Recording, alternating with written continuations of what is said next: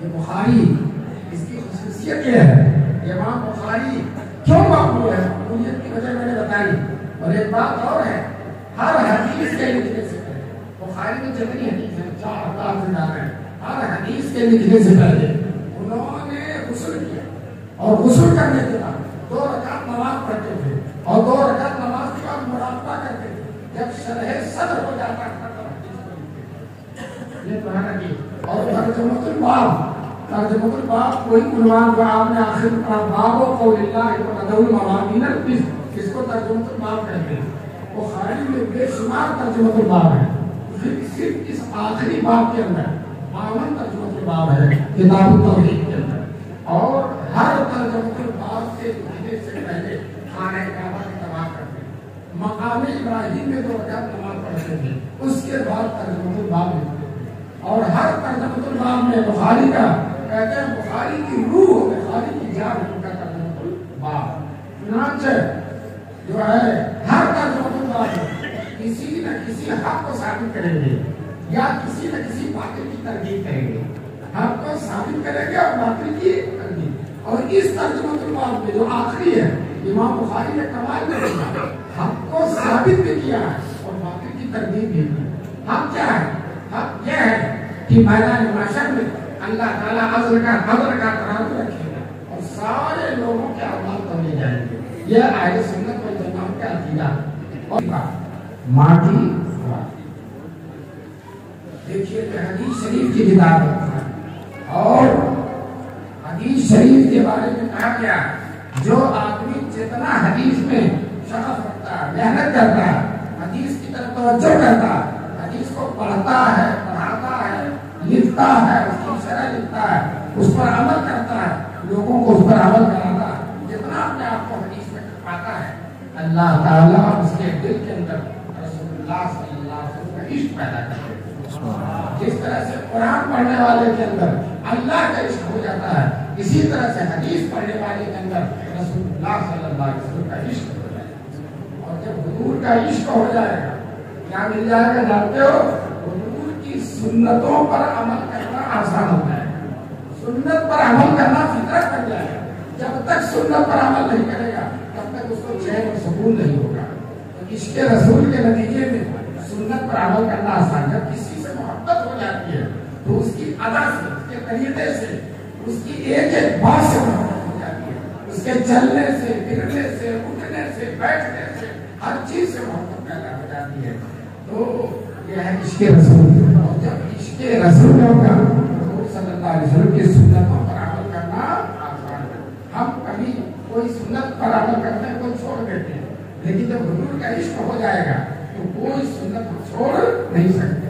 میں دیوبند میں جب پڑھتا تھا وہاں جلسہ تھا، حضرت قاضی مجاہد اسلام صاحب مدرسے کے جلسے میں تشریف لے آئے. انہوں نے اپنی تقریر میں کہا کہ ہمارے استاد شیخ الاسلام حضرت مولانا حسین احمد مدنی رحمۃ اللہ علیہ، ہم ان کے ہر عمل کو دیکھ کر یہ یقین کرتے تھے کہ سنت ہوگا. ان کے ہر عمل کو دیکھ کر ہم یقین کرتے تھے کہ سنت ہوگا. پھر ہم کتابوں میں تلاش کرتے تھے تو ہم کبھی ناکام نہیں ہوتے تھے. ان کا وہ عمل ضرور کتابوں میں مل جاتا تھا اور حضور کی سنت سے ہوتا تھا. دیکھتے کہ حضور کی سنت اس وقت ہوتی ہے ان پر عمل کرنا کہ حضور کا عشق ہو جائے. چنانچہ ایک بزرگ گزرے ہیں شاہ فضل الرحمان بن مراد آبادی رحمۃ اللہ علیہ، بہت بڑے بزرگ گزرے ہیں. 120 سال کی عمر تھی جب انتقال ہونے لگا. لیٹے ہوئے تھے، بے ہوش تھے، نظر کا عالم تھا، اور جو ہے پاجامہ پہنے ہوئے تھے. لوگوں نے سوچا مر رہے ہیں، آسانی کے لیے پاجامہ نکال کر لنگی پہنا دیا جائے. وہ خود بے ہوش سے لیٹے ہوئے. اب پاجامہ نکالنے والے نے داہنے پیر سے نکالنا شروع کر دیا. حالانکہ سنت یہ ہے پہنا جائے تو دائیں اور نکالا جائے تو بائیں پر، لیکن نکالنے والے نے داہنے سے نکالنا شروع کر دیا جو خلاف سنت تھا. مولانا بول نہیں سکتے تھے، بے ہوش تھے، لیکن سنت ایسی فطرت بن گئی تھی پیر پر سمیٹ دیا، پیر پر سکوڑ دیا. بول تو نہیں سکتے تھے، روک تو نہیں سکتے تھے، سکوڑ دیا. اب سمجھنے والا سمجھ گیا کہ شاید یہ نکالنا صحیح نہیں ہے. پھر بائیں پیر سے نکالا تو مولانا نے پیر کو نہیں سمیٹا. بتاؤ، مر رہے ہیں، بے ہوش ہیں، نظر کے عالم ہے، پھر بھی سنت پر عمل کرنا جاتا نہیں ہے، سنت فطرت بن جاتی ہے۔ دارالعلوم دیوبند کے جو بانی ہیں مولانا قاسم نانوتوی رحمۃ اللہ علیہ، انگریزوں کے خلاف جہاد کیا تھا، انگریزوں نے ان کے خلاف پھانسی کا آرڈر کر دیا تھا، اور لوگوں نے مولانا سے کہا حضرت آپ چھپ جائیے، انگریز کہیں پکڑ کر آپ کو پھانسی میں دے دیں۔ لوگوں کے بہت کہنے دیوبند کے ایک مکان میں چھپ گئے، 3 دن تک چھپے رہے، 3 دن کے بعد باہر نکل آئے۔ لوگوں نے کہا حضرت ابھی وارنٹ پڑا ہوا ہے اور فوج آپ کو تلاش کر رہی ہے، CRP آپ کے پیچھے پڑی ہوئی ہے، آپ کو پکڑ کر پھانسی چڑھایا جا سکتا ہے، آپ 3 دن میں نکل آئے۔ تو کہتے ہیں حضور غار ثور میں ہجرت کے سفر میں کتنے دن تک چھپے تھے؟ 3 دن۔ وہ 3 دن کی سنت ادا ہو گئی ہے، اب اس سے زیادہ میرے اندر چھپنے کی طاقت نہیں۔ دیکھ رہے ہو ایک ایک چیز سنت فطرت بن جاتی ہے۔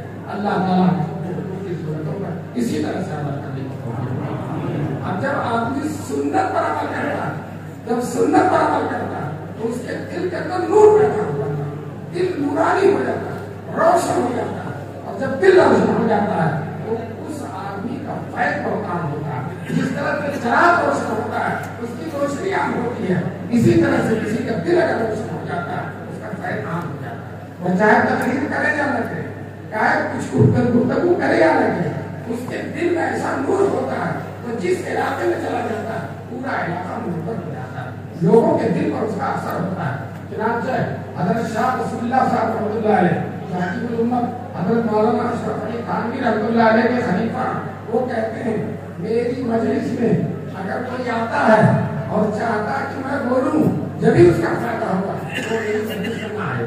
یہ لوگ بولتے نہیں ہیں، بیٹھے رہتے ہیں، تب بھی ان کا روح دلوں میں منتقل ہوتا چلا جاتا ہے۔ اور بتاؤ میں نے ترتیب بتائی، حدیث پڑھنے سے کس کا عشق ہوتا ہے؟ رسول پاک کا، اور رسول پاک کے عشق کے بعد کیا عمل آسان ہو جاتا ہے؟ سنت، اور سنت پر جب عمل کرتا ہے تو کیا روشن ہو جاتا ہے؟ دل، اور جب دل روشن ہو جاتا ہے تو اس کا فیض کیا ہوتا ہے؟ عام ہوتا ہے۔ خواجہ معین الدین چشتی اجمیری رحمۃ اللہ علیہ نہ واز کرتے، نہ کوئی کتاب لکھتے، نہ درس دیتے، لیکن جس علاقے میں چلے جاتے ہیں ان کا چہرہ دیکھ کر لوگوں کو سرب میں اسلام ہو جائے۔ اسی طرح سے حضرت مولانا کرامت علی جونپوری، جن کو ہادی آسام و بنگال کہا جاتا ہے، کہتے ہیں بنگال میں آئے، اس وقت بنگال کا حصہ بنگلہ دیش میں آئے اور پورے علاقے میں 2 لاکھ آدمیوں کے ہاتھوں میں سرب اسلام ہے۔ 2 لاکھ آدمی، یہ وہی نور ہے جو دل میں پیدا ہوتا ہے۔ بہرحال ہمارے طلبا نے حدیث کو پڑھا ہے، ہمارے اس مدرسے والوں نے حدیث کو پڑھایا ہے۔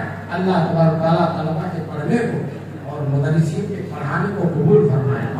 اور یہ بخاری، اس کی خصوصیت یہ ہے، امام بخاری کیوں مقبول ہے؟ مقبولیت کی وجہ میں نے بتائی، اور ایک بات اور ہے، ہر حدیث کے لکھنے سے پہلے، بخاری میں جتنی حدیث ہیں 4000 سے زیادہ ہیں، ہر حدیث کے لکھنے سے پہلے انہوں نے غسل کیا، اور غسل کرنے کے بعد 2 رکعت نماز پڑھتے تھے، اور 2 رکعت نماز کے بعد مراقبہ کرتے تھے۔ جب شرح صدر ہو جاتا ہے یہ پڑھانا کی، اور ترجمۃ الباب کوئی عنوان جو آپ نے آخر میں پڑھا، باب و قول اللہ وَنَذَرُ الْمَوَازِينَ الْقِسْطَ، اس کو ترجمۃ الباب کہتے ہیں۔ بخاری میں بے شمار ترجمۃ الباب ہے، صرف اس آخری باب کے اندر 52 ترجمۃ الباب ہے کتاب التوحید کے اندر، اور ہر ترجمۃ الباب کے لکھنے سے پہلے خانہ کعبہ کی طواف کرتے ہیں، مقام ابراہیم میں 2 رکعت نماز پڑھتے تھے، اس کے بعد ترجمۃ الباب لکھتے تھے، اور ہر ترجمۃ الباب میں بخاری کا کہتے ہیں بخاری کی روح ہو، بخاری کی جان ان کا ترجمۃ الباب۔ چنانچہ جو ہے ہر ترجمۃ الباب کسی نہ کسی حق کو ثابت کریں گے یا کسی نہ کسی باطل کی تردید کریں گے، حق کو ثابت کریں گے اور باطل کی تردید۔ اور اس ترجمۃ الباب میں جو آخری ہے، امام بخاری نے کمال کر دیا، حق کو ثابت بھی کیا ہے اور باطل کی تردید بھی کی۔ حق کیا ہے؟ حق یہ ہے کہ میدان محشر میں اللہ تعالیٰ عدل کا ترازو رکھے گا اور سارے لوگوں کے اعمال تولے جائیں گے۔ یہ اہل سنت والجماعت کا عقیدہ، اور معتزلہ کہتے ہیں اعمال نہیں تولے جائیں گے۔ تو امام بخاری نے اس بات کو رکھ کر اہل سنت والجماعت کی تائید کی ہے، اور معتزلہ کی کیا کی ہے؟ تردید۔ معتزلہ کہتے ہیں اعمال نہیں تولے جائیں گے، جانتے ہو کیوں کہتے ہیں؟ معتزلہ کے اعمال بڑے گندے ہیں. وہ سوچتے ہیں اگر اعمال تولے جائیں تو ہمارے بھی تولے جائیں گے. لا انکار کر دو تاکہ اعمال ہمارے نہ تولے جائیں. لیکن ان کے انکار کرنے سے وہ بچے گے نہیں, سب کے اعمال تولے جائیں گے. معتزلہ کہتے ہیں اعمال آراز ہوتے ہیں. آراز اس کو کہتے ہیں جس میں جسم نہیں ہوتا, جیسے ہوا ہے, اس کو تولا نہیں جا سکتا. وزن جسم سے پیدا ہوتا ہے. جب جسم نہیں ہے تو وزن کیسے پیدا ہو, اور جب وزن نہیں پیدا ہو تولا کیسے جائے گا؟ لیکن اہل سنت والجماعت اس کا جواب دیتے ہیں. ایک جواب تو سب کے سب دیتے ہیں. جب اللہ نے کہا ہے نذر الموازین القسط, اور رسول اللہ صلی اللہ علیہ وسلم نے کہا ہے ثقیلتان فی المیزان, جب قرآن سے ثابت ہے, حدیث سے ثابت ہے, تو اے معتزلہ تمہارا عقلی گھوڑا دوڑانا نہیں چاہیے. اور کچھ علماء نے جواب دیا معتزلہ کا کہ اعمال اگرچہ آرام ہے لیکن اللہ تعالیٰ قیامت میں اس کو جسم بنا دیتا ہے. کیا بنا دیا ہے؟ اور جسم تولے جاتے ہیں تو اعمال بھی تولے جائیں گے. کچھ علماء نے جواب دیا کہ اللہ تعالیٰ نے نامۂ اعمال کو تولے گے, اور نامۂ اعمال کو رجسٹر اس کے اندر جسم ہوتا ہے. یہ پہلے جواب دیا جاتا ہے. لیکن آج کی جدید سائنس نے, جدید ترقی نے معتزلہ کے منہ پر زبردست تماچا لگا دیا. آج آرام بھی تولے جا رہے ہیں. بتاؤ بخار تولا جاتا ہے کہ نہیں تولا جاتا ہے؟ بخار ناپا جاتا ہے کہ نہیں؟ اسی طرح ہوائی جہاز پر بیٹھو, جب اترنے کا وقت ہوتا ہے تو اعلان کرتا ہے جہاں اتر رہے ہو اتنے ڈگری سردی ہے اور اتنی ڈگری گرمی ہے. کیا ناپ لیا؟ سردی اور گرمی کو ناپ لیا. آج کل ایک مشین چلی ہے, آدمی چوری کرتا ہے یا جھوٹ بولتا ہے اس مشین سے پتہ چل جاتا ہے. اور چوری کرنا, جھوٹ بولنا یہ بھی آ رہا ہے, اور یہ بھی آج کل ناپ لیے جاتے ہیں. جب انسان آواز کو ناپ لیتا ہے تو اللہ تعالیٰ کو پتہ چلے اگلا آواز کو ناپ لیتا ہے. یہ امام بخاری نے اہل سنت والجماعت کے نظریے کو ثابت کیا اور معتزلہ کے نظریے کی تردید کی. اب یہ ثابت ہو گیا کہ اعمال تولے جائیں گے, تو اب یہ کیفیت بھی معلوم ہونا چاہیے کیسے تولے جائیں گے, کس کے تولے جائیں گے. تو یاد رکھو مسلمانوں, لوگ چار طرح کے ہوتے ہیں. ایک مومن کامل جس کے نامۂ اعمال میں گناہ ہوتا ہی نہیں, اور اگر ہوتا بھی ہے تو ترازو پر جانے سے پہلے زندگی میں اللہ تعالیٰ اس کے گناہ معاف کر دیتے ہیں, تو بالکل صاف ستھرے ہو جاتے ہیں. جب صاف ستھرے صرف نیکیاں ہی نیکیاں, تو دو چیز ہو, ان کا بھی تولا جائے گا یا نیکیاں ہی نیکیاں, اس لیے ان کے اعمال تولے نہیں جائیں گے, وہ بے حساب و کتاب کر دیتے ہیں.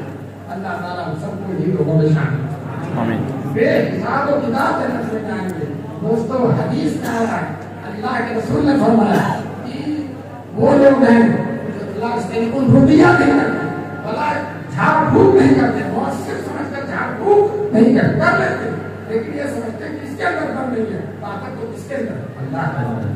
اور دوسری بات کہ وہ داغنے کا علاج نہیں کرتے. تیسری وعدہ اور تیسری توکل, ہر موقع پر اپنے اللہ پر بھروسہ کرتے ہیں, دوا بھی کرتے ہیں, اسباب بھی اختیار کرتے ہیں, لیکن دوا اور اسباب پر بھروسہ نہیں ہوتا. کس پر بھروسہ کرتے ہیں؟ اللہ.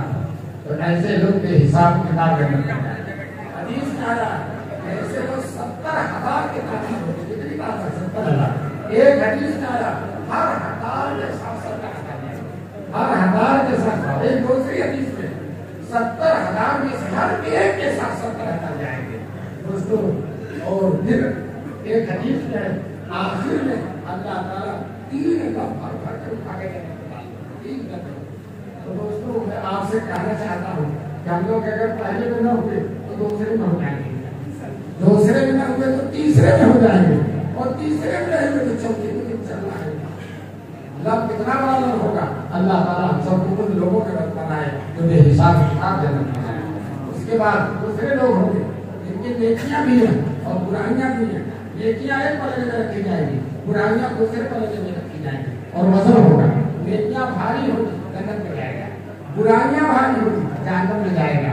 اور نیکیاں اور برائیاں دونوں برابر ہوگی تو ایسے لوگوں کے لیے نیکیاں اور برائیاں دونوں برابر ہوگی تو ان کو سفارش کی ضرورت پڑے گی. اور وہاں اس کے بعد پہلے سے کھڑے ہونے سے پہلے فرما رہے ہوں گے. اس لیے جو ہے یہ تو مسلمان ہو. تیسرے وہ کافی جو جنہوں نے کوئی نیکی کی ہی نہیں, کفر کی ایک بھی نیکی نہیں کی, دوستوں ان کے بھی اعمال نہیں توڑے جائیں گے. وہ بے حساب و کتاب جہنم میں جائیں گے. جیسے پہلے لوگ بے حساب کتاب جنت میں جائیں گے، یہ کافر جنت کوئی نہیں لے کے بے حساب و کتاب جہنم میں جائیں گے.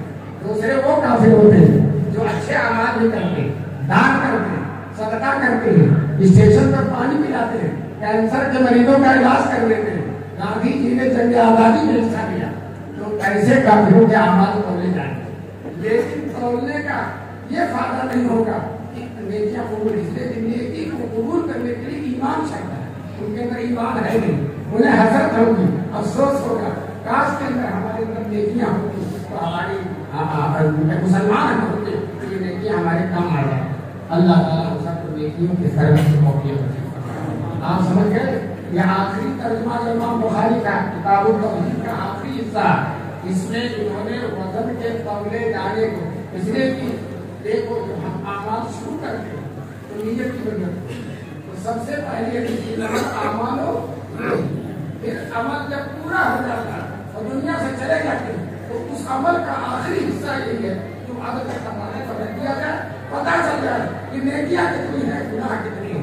دوستوں یہ اول میں جو ہے کہ نقل اعمال کی نیات والی حدیث ہے اور آخر میں حوصلے میدان ترازو والی حدیث ہے. اس لیے کہ عمل کا ابتدا کیا ہے؟ اخلاص ہے، نیت کا اچھا ہونا، اور انتہا یہی ہے کہ میدان محشر توڑ دیا جائے، نیکی الگ ہو جائے اور ایک بری الگ ہو جائے. بہترین ترتیب ہے امام بخاری. پھر آگے امام بخاری رحمۃ اللہ علیہ فرماتے ہیں کہ وَنَذَرُ الْمَوَازِينَ، حدیث آفران کیا ہے، وَنَذَرُ الْمَوَازِينَ کس طرح ہونا چاہیے. پھر فرماتے ہیں وَأَنَّ أَعْمَالَ بَنِي آدَمَ وَقَوْلُهُمْ، بنو آدم کے اعمال اور ان کے اقوال ان سب کو میدان محشر میں تولا جائے گا.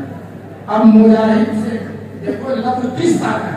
امام بخاری کی کہ جو لفظ آتا ہے قرآن میں حدیث میں اس کی بہترین تشریح کرتے ہیں، اور ماہرین لغت اور ماہرین تفسیر کے حوالے سے چنانچہ قسط کا لفظ آیا ہے تو امام بخاری قسط کی تفسیر نہ کر کے قسطاس کی کرتے ہیں. کیوں؟ قسط اور قسطاس دونوں کا مادہ کیا ہے؟ ایک ہے. جب ایک مادے والے کا معنی معلوم ہو جائے گا تو اس مادے کے جتنے الفاظ سب کا معنی کیا ہو جائے گا؟ معلوم. تو قسطاس کا مادہ آپ سین کا اور قسط میں بھی مادہ آپ سین کا. اب اس کے معنی بتانا ہے. القسطاس عدل، مجاہد کہتے ہیں قسطاس کے معنی عدل ہے. قسط کے معنی بھی طلبہ بتاؤ کیا ہوتا ہے؟ بولو نا آپ یقال القسط مصدر المقسط، یہ عربی کا بات ہے. ایک مصدر ہے، ایک باب میں جائے گا اس کا دوسرا معنی ہو جائے گا، دوسرے باب میں جائے گا دوسرا معنی. جیسے آپ نے پڑھا مالا، اس کا صلہ اگر انہو ہو جائے تو اعراض کرنا، اور مالا الیہ کا صلہ الہ ہو جائے تو کسی چیز کی طرف متوجہ کرنا. اسی طرح سے قسط اگر اس کو باب افعال میں لے جاؤ گے تو اس کے معنی بدل جائیں گے، اور قسط کو اگر باب مجرد میں لے جاؤ گے اور اس کا فاعل آصف بناؤ گے تو اس کے معنی ظلم. اور بتاؤ قسط کے کتنے معنی ہو گئے؟ ایک عدل اور ایک ظلم.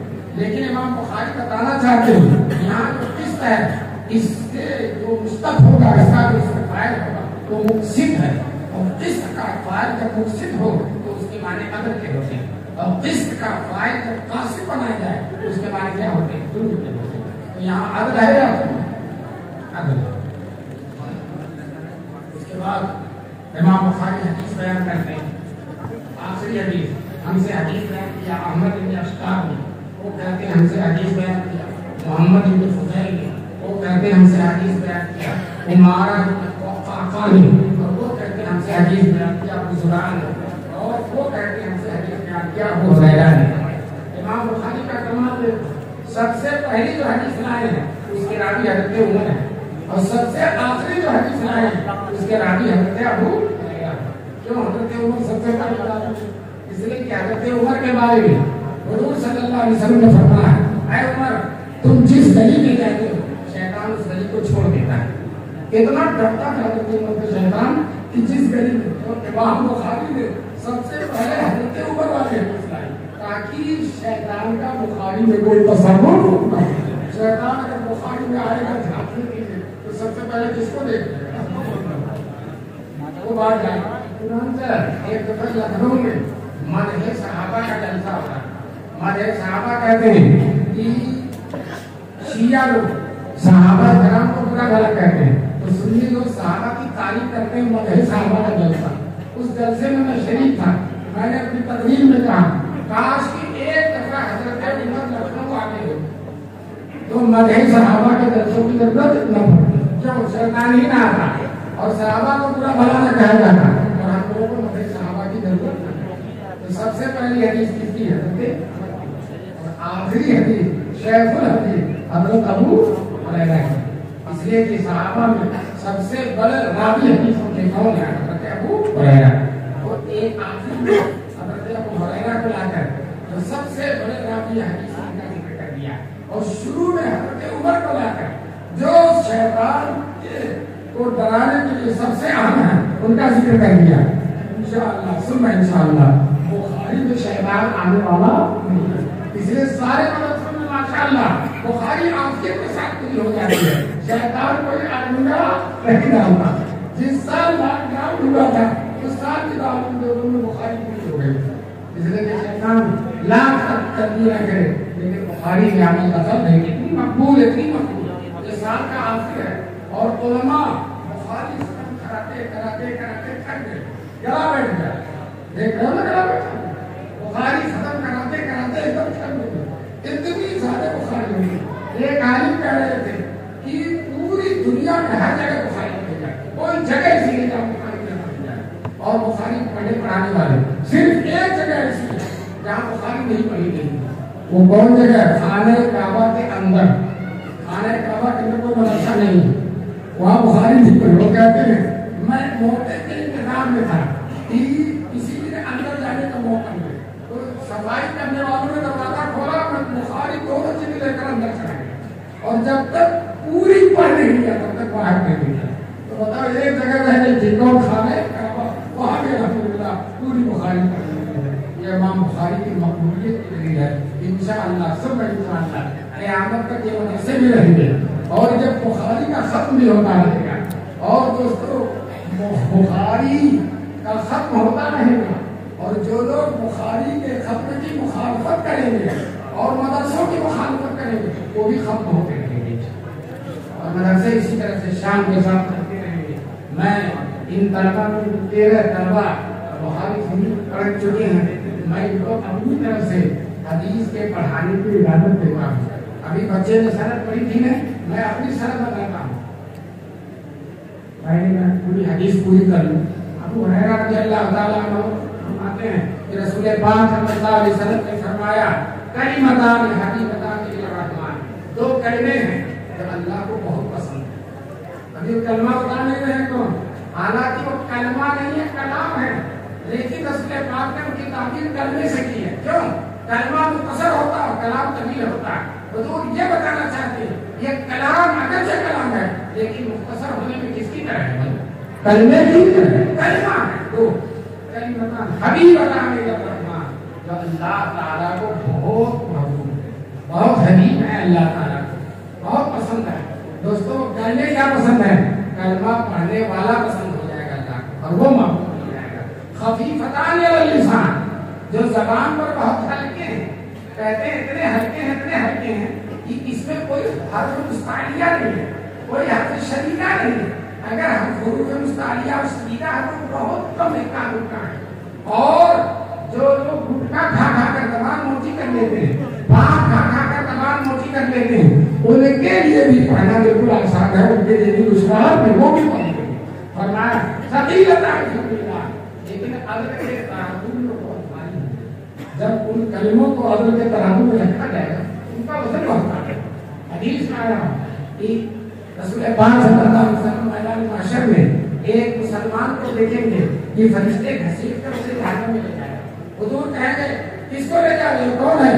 کہا جائے گا اس کے اعمال تولے گئے اور نیکیاں کم ہو گئی ہیں, برائیاں زیادہ ہو گئی ہیں, اس لیے اس کو جہنم میں لے جائے گا. حضور کہیں گے دوبارہ لے چلو.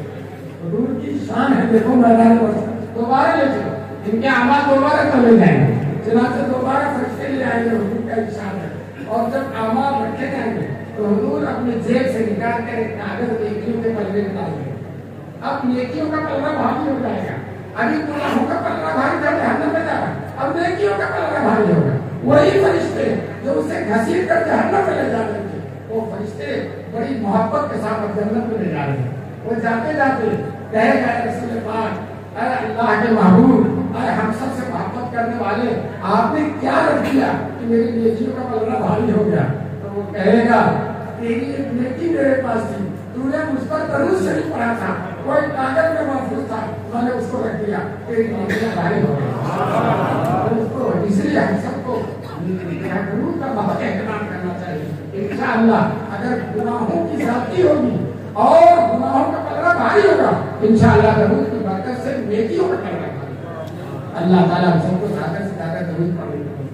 کچھ اعمال ایسے ہیں جن کا وزن بہت زیادہ ہوتا ہے. حسن اخلاق, اچھے اخلاق سے پیش آنا, لوگوں سے محبت کرنا, سلام کرنا, لوگوں کی عیادت کرنا, بیمار پرسی کرنا, مرنے والے کے جنازے میں جانا, کفن کفن میں شریک ہونا, مسلمان سے مسکرا کر ملنا, مسلمان کی خیر خواہی کرنا, مسلمان کے کام آنا, مسلمان کی ضرورتوں میں اس کی مدد کرنا, یہ حسن اخلاق ہے. اس کا وزن بہت زیادہ ہو جائے گا. اللہ تعالیٰ ہم سب کو حسن اخلاق کی توفیق. یہ جمعیت علماء والے مولانا صدیق اللہ صاحب بیٹھے ہوئے ہیں, یہ جمعیت علماء والے ماشاء اللہ یہی کام کرتے ہیں, لوگوں کے کام آتے ہیں, لوگوں کے گھر بناتے ہیں, لوگوں کی مصیبتوں کے کام آتے ہیں. تو حسن اخلاق ہے, اس کو رسول اللہ کے رسول صلی اللہ علیہ وسلم نے فرمایا میدان محشر میں اس کا وزن عمل کے ترازو میں بھاری ہے. اسی طرح سے اپنے بیوی اور بچوں پر خرچ کرنا. لوگ بڑے سخی ہوتے ہیں, ان کو کھلاتے ہیں, ان کو کھلاتے ہیں, اور بیوی کو ناپ توڑ کر دیتے ہیں, بہت کم دیتے ہیں. حدیث میں آیا بیوی اور بچوں پر خرچ کرنا, اس کا بھی وزن میدان محشر میں بہت زیادہ ہوگا. اسی طرح سے کسی مسلمان کے جنازے میں شریک ہونا, حدیث میں آیا جو کسی مسلمان کے جنازے میں شریک ہوتا ہے, کفن کفن میں شریک ہوتا ہے, تو اللہ تعالیٰ اس کے نامہ اعمال میں بہت پہاڑ کے برابر کرے. اسی طرح سے اگر جو ہے حدیث میں آیا رسول پاک صلی اللہ علیہ وسلم نے فرمایا علماء کے قلم کی سیاہی, علماء کے قلم کی سیاہی شہید کے خون کی سرخی سے زیادہ بدنوار عدل کے ترازو میں. کیوں؟ شہید بہت بڑا ہے, لیکن اس عالم نے قلم پکڑ کر, خود امام بخاری نے قلم پکڑ کر بخاری لکھی ہے. بتاؤ یہ عمل قبول ہے کہ نہیں قبول ہے؟ اسی طرح حکیم علامہ مولانا اشرف علی تھانوی نے 1000 کتابیں لکھی اور کہا علماء کے قلم کی سیاہی شہید کے خون کی سرخی سے زیادہ ہو جائے. اللہ تعالیٰ ہم سب کو قلم پکڑ پکڑ کر دین کی خدمت کرنے کی توفیق عطا. یہ چند اعمال ہیں جس سے بھاری ثقیلتان, یہ 2 کلمے ہیں جو میدان محشر میں آکر کے ترازو پر بہت بھاری ہو جائیں گے. 2 کلمے سب لوگ دوہراؤ, سبحان اللہ و بحمدہ, سبحان اللہ العظیم, سبحان اللہ و بحمدہ, سبحان اللہ العظیم, سبحان اللہ و بحمدہ. اللہ ہر عیب سے پاک ہے اور ہر تعریف کا حقدار ہے, اور سبحان اللہ العظیم ہر عظمت اس کے اندر ہے. تو یہ کلمے میں جانے ہر عیب سے پاک, ہر تعریف کا حقدار اور ہر عظمت کا حامل ہے. دوستو خود اللہ تعالیٰ کے کلمے کو پسند ہے. اللہ تعالیٰ ہم سب کو ان کلموں کو پڑھنے کی توفیق عطا. میں کہتا ہوں کم سے کم معمول بنا لو کہ روزانہ 100 دفعہ ان کلمات کو پڑھیں گے. اب میں اپنی سمجھ بیان کر کے بچوں کو حدیث کی اجازت دیتا ہوں. میں نے بخاری شریف پڑھی ہے حضرت شیخ رسول صاحب رحمۃ اللہ علیہ اور شیخ عبدالحق صاحب سے. انہوں نے بخاری پڑھی ہے شیخ الاسلام اور مسلمین حضرت مولانا حسین احمد مدنی سے. انہوں نے بخاری شریف پڑھی ہے شیخ الہند مولانا محمود حسن صاحب سے. اور انہوں نے بخاری پڑھی ہے قاسم العلوم والخیرات حضرت مولانا قاسم نانوتوی سے. اور انہوں نے حدیث پڑھی ہے شاہ عبد الغنی مجددی سے جو مدینے میں بقیع کے اندر حضرت عثمان غنی کے روضے کے پاس پڑھا ہے. کون؟ شاہ عبد الغنی مجددی. انہوں نے حدیث پڑھی ہے شاہ اسحاق سے. اور انہوں نے حدیث پڑھی ہے شاہ عبد العزیز سے. اور انہوں نے حدیث پڑھی ہے شاہ ولی اللہ محدث دہلوی سے. تعلیم میں رسالت پڑھتے ہوئے شاہ ولی اللہ محدث دہلوی کا نام لیا اور ان کے اوپر کی سند بیان کیا. تو کتابوں میں لکھی ہوئی میں طلبا کو اور یہاں جو حضرات علماء ہیں, میں اپنی سند سے ان حضرات کو حدیث پڑھنے, پڑھانے اور حدیث کا مشورہ رکھنے, حدیث کی شرح لکھنے, حدیث کی تفسیر و تشریح کرنے کی اجازت دیتا ہے۔ اللہ تعالیٰ قبول فرمائے۔ اسی طرح میں ایک دفعہ سہارنپور گیا، مولانا یونس صاحب جو بہت بڑے محدث تھے، اس سے کہنے لگے مولوی راشد تم بیوقوف ہو۔ میں نے کہا تم بہت بڑا بیوقوف ہو۔ پھر میں نے کہا بات کیا کہنے لگے سب لوگ اس سے حدیث کی سند مانگتے ہیں، تم نہیں مانگ رہے؟ میں نے کہا بات تو بیوقوف ہوئی، اب میں اجازت مانگتا ہوں۔ چنانچہ انہوں نے وہ تکیہ لگائے بیٹھے تھے اور جتنی علماء اعظم اور ادب سے ان کو اجازت تھی سب کو پڑھ کر انہوں نے مجھے اجازت دے دی۔ مجھے وہ اجازت لینے کے لیے بیوقوف بھی بننا پڑا تھا اور سہارنپور جانا پڑا تھا، لیکن میں تم کو یہی بیٹھے بیٹھے اس سند کے ساتھ حدیث کی اجازت دے۔ اور ایک اور سند ہے میرے پاس جس کی میں اجازت نہیں دیتا۔ میں عمرہ بات گیا تھا، ایک غیر مقلد عالم انہوں نے بلا مانگے مجھ کو سند دے دیا، میں نے ان کی سند کو قبول نہیں کیا۔ بڑے بڑے علماء کی سند میرے پاس موجود ہے، ان کی سند لے کر میں کیا کروں گا؟ نہ میں نے تمہیں اجازت دی نہ تم کو میں اجازت دے رہا۔ میں نے عرض کی مولانا ذاکر صاحب کہہ رہے وقت بہت واضح ہو گیا ہے، لیکن کیا کروں؟ میں تو سمجھا تھا کہ بنگال کے لوگ ہیں اردو سمجھتے نہیں ہیں، اڑ کر چلے جائیں گے، میں بھی تو کسی اڑ کے چلا جاؤں گا۔ لیکن ماشاء اللہ ڈٹ کر بیٹھے گئے، اللہ تعالیٰ کے بیٹھے سے قبول فرما لے۔